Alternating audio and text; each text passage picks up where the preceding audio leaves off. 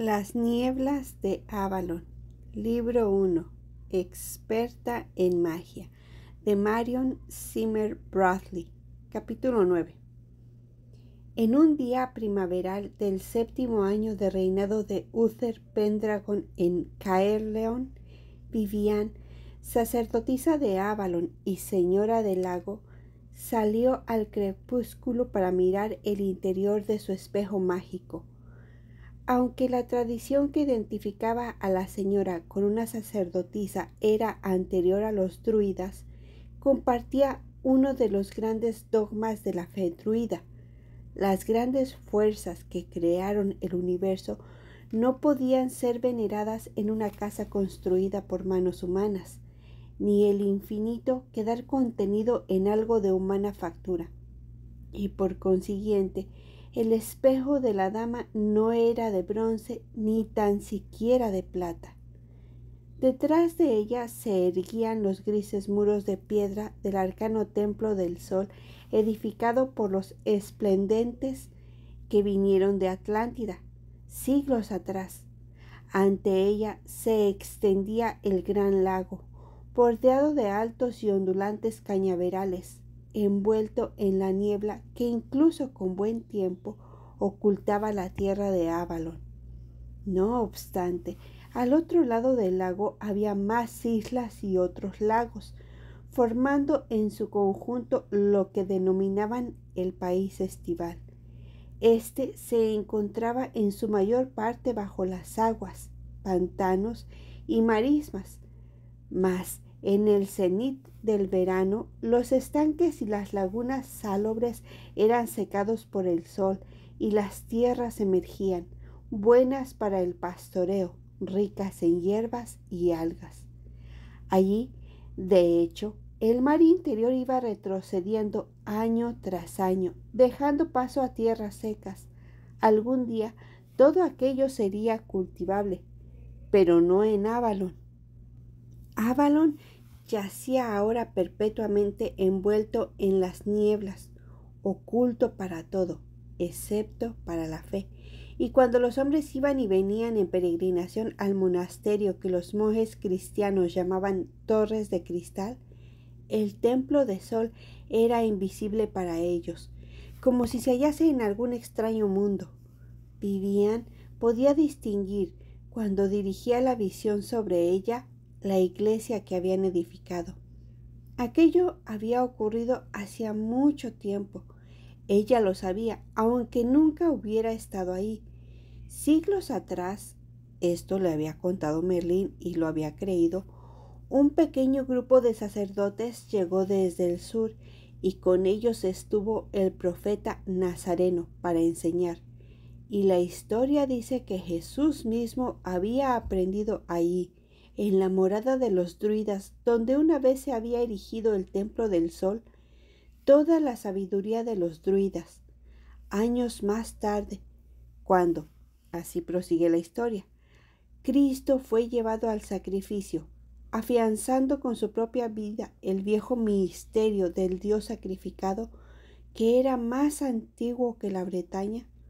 Uno de sus discípulos retornó hasta ahí y plantó su báculo en el suelo de la colina sagrada, el cual floreció tornándose en árbol espino, cuyos brotes surgen no en el solsticio de verano, como el otro espino, sino en lo más crudo de las nieves invernales. Y los druidas, en memoria del gran profeta al que habían conocido y amado, consintieron que José de Arimatea levantase en la misma isla sagrada una capilla y monasterio para su Dios, porque todos los dioses son uno. Pero esto ocurrió mucho tiempo atrás. En cierta época, los cristianos y los druidas moraron en el mismo lugar, adorando al Dios único, pero luego los romanos llegaron a la isla y, pese a ser ampliamente conocidos por tolerar las deidades locales, fueron despiadados con los druidas, destrozando e incendiando sus arboledas sagradas, divulgando mentiras sobre que los druidas realizaban sacrificios humanos. Por supuesto, Su crimen real había sido incitar al pueblo a no aceptar ni las leyes ni la paz romana. Y entonces, en un gran acto de magia druida, para proteger el último y más preciado refugio de su enseñanza, realizaron el cambio mayor que se había realizado en el mundo, y mediante éste sustrajeron la isla de Avalon del dominio humano. Ahora yacía envuelta en nieblas que la ocultaban, excepto para los iniciados que allí tomaron enseñanzas, o aquellos a los que se mostraron los secretos accesos del lago. Las tribus sabían que estaba allí y ahí rendían culto. Los romanos, cristianos desde los tiempos de Constantino, que convirtiera a la mayor parte de sus legiones fundamentándose en una visión que tuvo en una batalla, creían que habían derrotado a los druidas con su fe, ignorando que los pocos druidas que quedaban vivían y continuaban con la arcana sabiduría en la tierra oculta. Vivían, podía ver, si lo deseaba, con redoblada visión, porque era la sacerdotisa suprema de Avalon. Cuando quería, le era dado distinguir la vieja torre levantada sobre Thor, en la isla sagrada de la iniciación, una torre dedicada a Miguel, uno de los ángeles judíos cuyo cometido era controlar el mundo inferior de los demonios. Aquello hería a Vivian como una blasfemia, incluso ahora, pero se consolaba con la idea de que, después de todo, no era en su mundo. Si la estrechez de miras de los cristianos les llevaba a considerar a los grandes dioses antiguos como demonios, serían ellos quienes se empobrecerían por tal consideración. La diosa vivía, pensasen los cristianos lo que pensasen de ella. Volvió a concentrarse en sus propios asuntos, que era mirar el espejo mágico mientras la luna nueva se hallase aún en el cielo. Aunque todavía la luz era suficiente para ver bien, la señora llevaba consigo una pequeña antorcha de diminuta y oscilante llama. Se volvió hacia los cañaverales y marismas, internándose por el sendero, subiendo lentamente por la orilla, pasando ante los viejos y erosionados pilares sobre los que se habían alzado las casas en el margen del lago en tiempos remotos.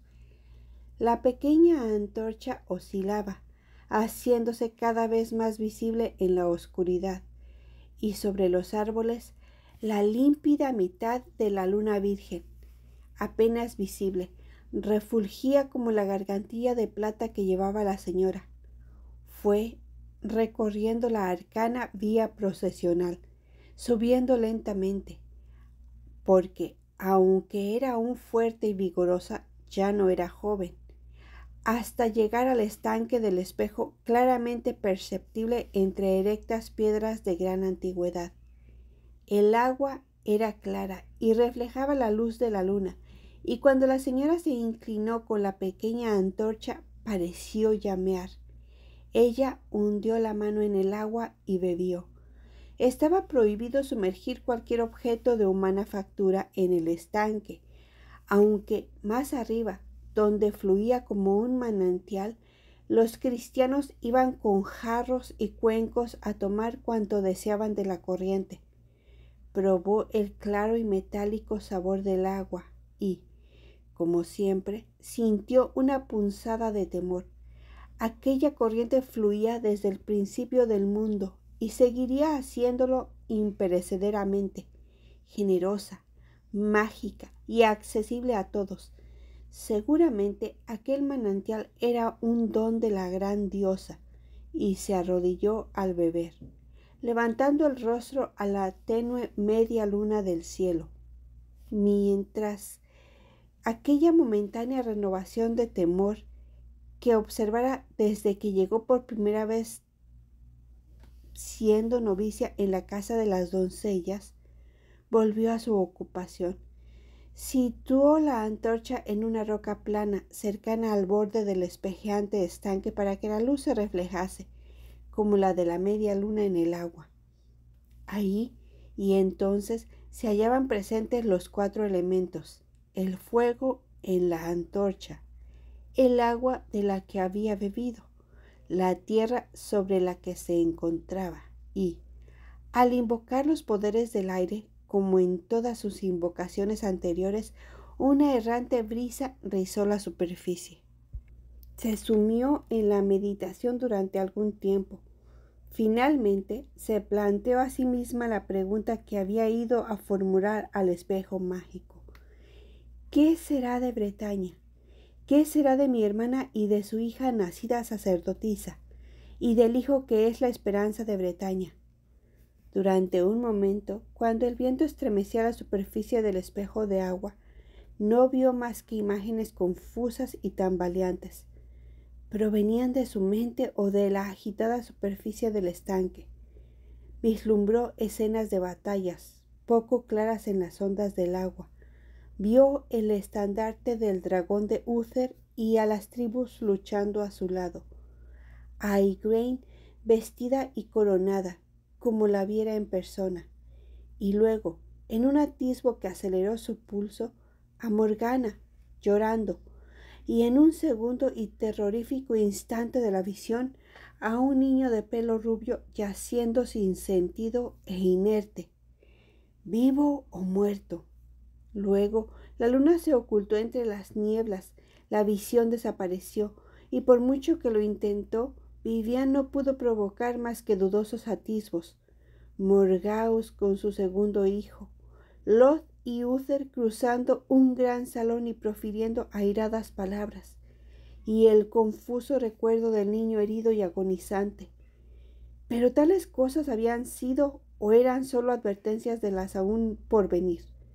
Mordiéndose el labio, Vivian se inclinó, arrojó las gotas restantes de aceite puro en la superficie del estanque. El aceite quemado para la visión nunca debía usarse en propósitos mundanos, y desapareció rápidamente en la oscuridad por la vía procesional hacia la morada de las sacerdotisas. Una vez ahí, llamó a su sirvienta. «Tenlo todo dispuesto para cabalgar con las primeras luces», le dijo, «y haz que mi novicia se prepare para servir a la luna llena, porque antes de que expire otro día debo estar en Caerleón. Envía recado a Merlín».